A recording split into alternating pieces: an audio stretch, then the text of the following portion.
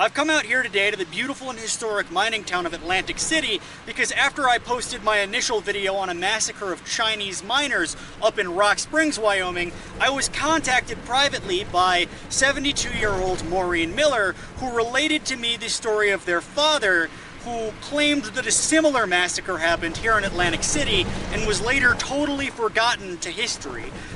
Yes, my dad was Rex Nelson, and he worked at the Atlantic City ore mine on South Pass, which is just a few miles from Atlantic City and South Pass, the old mining towns.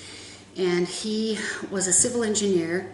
He surveyed the property for the mine in the early 60s, and then worked in the survey department for years, and then eventually became the supervisor of the railroad, because they would mine the ore at the mine and then ship it by rail to Rock Springs, and then from Rock Springs to Orem, Utah, where the ore was processed. And he spent all of his lunchtimes wandering around and looking at things and reading history and meeting people that had lived there their entire lives and getting their stories, and then he would go back on the weekends and do it some more. The story went, and I'm going to go up to Crow's Butte to interview Maurine Miller about this, but the story goes that they were hired, these Chinese laborers, to build a sort of river going from Christina Lake over to Atlantic City. And this took them quite a period of time. And after they reached Atlantic City, basically this river was almost done. And at the time, Sweetwater Mining District was the place where a lot of Indian skirmishes were happening. It was a boom town, and miners who went to stray up into the hills were easy targets for the Native Americans who wanted to kind of ambush them and take whatever they had on them. Was there anything else very unusual that he found up in that area? He would find... He loved to look for arrowheads. He found tons and tons of arrowheads and chippings and that sort of thing. He found old cavalry bullet casings. He found whiskey bottles that were really old. They had the metal caps on them. He had quite a collection of things before he passed away. Just little things that he kept, that he'd found. Were there stories, because what's interesting to me, and what I think could triangulate exactly what happened, was the ditch was completed. We know that there was an Indian war happening because they feared the Indians would get them. And those two events coincide a few years before Rock Springs. So did he get stories of the Indian War at all? He loved Chief Washakie, and he talked about him a lot. More of him being a character and outsmarting the whites. That's what my dad seemed to enjoy about him. Didn't talk much about skirmishes or Indian battles. There were some, I think, two gentlemen coming from South Pass to Lander that got attacked and killed by some natives and I can't think of the year, but I know they were horse and buggy, so it would have been early, I think. So they figured, if we let these Chinese laborers loose, they'll either be killed by Indians, or winter is setting in and they'll just die of exposure, or, you know, we see no purpose in keeping them here and housing them for the winter, which will only cost our company more money. So they lined them up and they shot them in a ditch somewhere. He knew a lot about the area and he liked to tell stories about it, but he was also a storyteller. And so we took what he said with a grain of salt most of the time, because we knew that he could be pulling our legs. But this story that he told, I believe he thought it was true. But when they built one of the mines, I think in Atlantic City, they didn't have enough water to run the equipment that they needed to get the gold. And so they had to dig a ditch from Christina Lake to that mine, and I believe it was one of the ones in Atlantic City, not South Pass. And that ditch is still there. You can still see remnants of the ditch. And it was dug by hand, and they hired Chinese laborers to do that. And I'm sure they didn't pay them well, and their living accommodations were not great.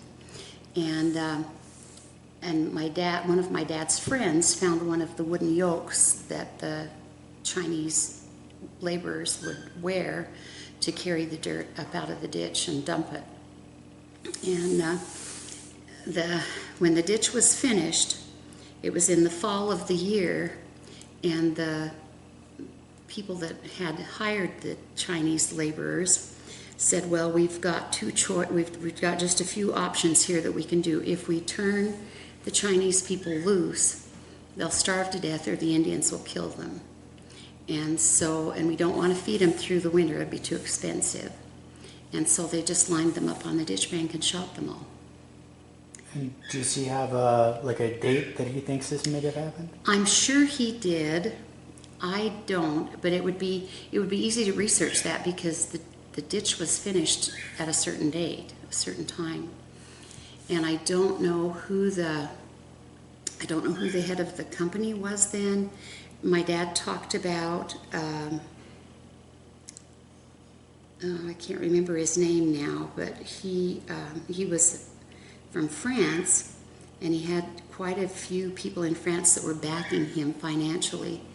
And the Clarissa, or the mining operation that he was in charge of, didn't really ever find the mother lode. No one ever did. It's still up there somewhere.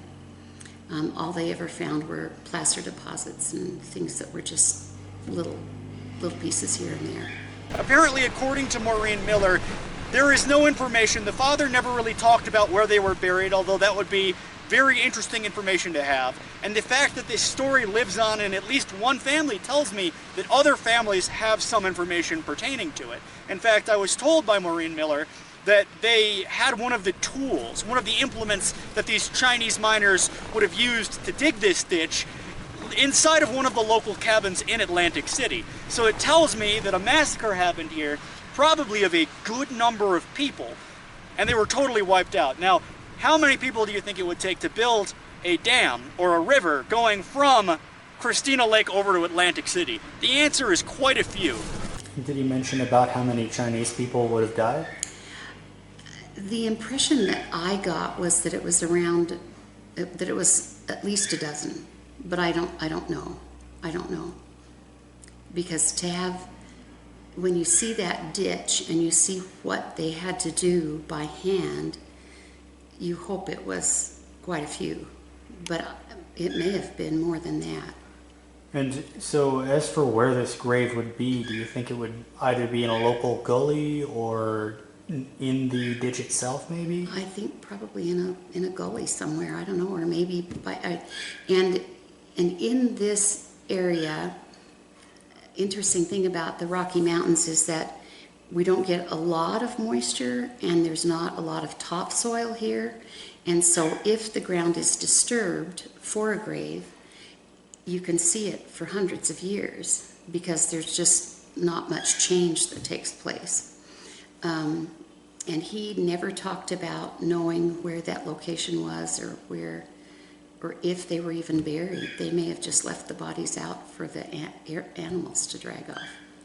And because the Indian Wars were going on, and because it was a mining boom town, and because nobody ever really looked after the rights or the well-being of Chinese miners or laborers, it kind of passed into the pages of history totally forgotten. And I'm hoping to put it back on the books.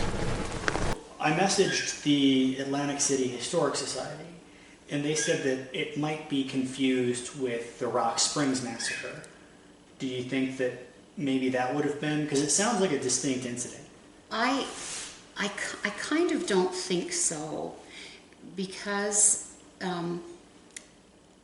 it's not like the two histories were melded together much. I don't see that as being a possibility. I think it was a separate thing, and I think it was horrific, and I think after it happened, no one wanted to talk about it. And I have no idea how my dad found out. I was about to ask. So no one. He like I said, every lunch he would go out and visit with people. He talked to ranchers. He talked to anybody that would talk to him. He was a real people person, and he visited with people all the time. And there were hermits that lived up there that had been there for years and years, and he would take them groceries and that sort of thing, and would visit with them. But I have no idea where he got that story from.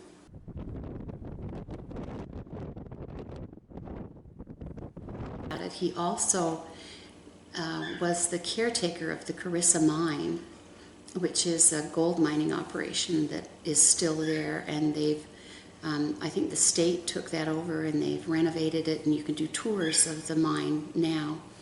And he also found a lot of the equipment that belonged to the Carissa or belonged to some of the mines in that area, and brought them back where they belonged and restored them a little bit so that they could be preserved.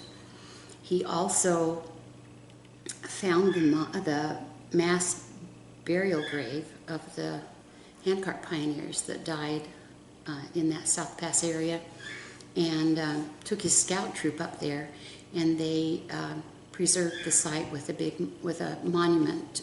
They hauled sackcrete in there, and I think I saw that. Was that the big kind of marble slab to the handcart company? Yeah, it's. Were you in Rock Creek? Did you go to Rock Creek? It's several miles off the highway. I was coming up to Atlantic City from South Pass City, and I passed by, I think, an old cemetery. I don't think that's it, because that site is just off by itself on Rock Creek. But there are some. The LDS Church has put some.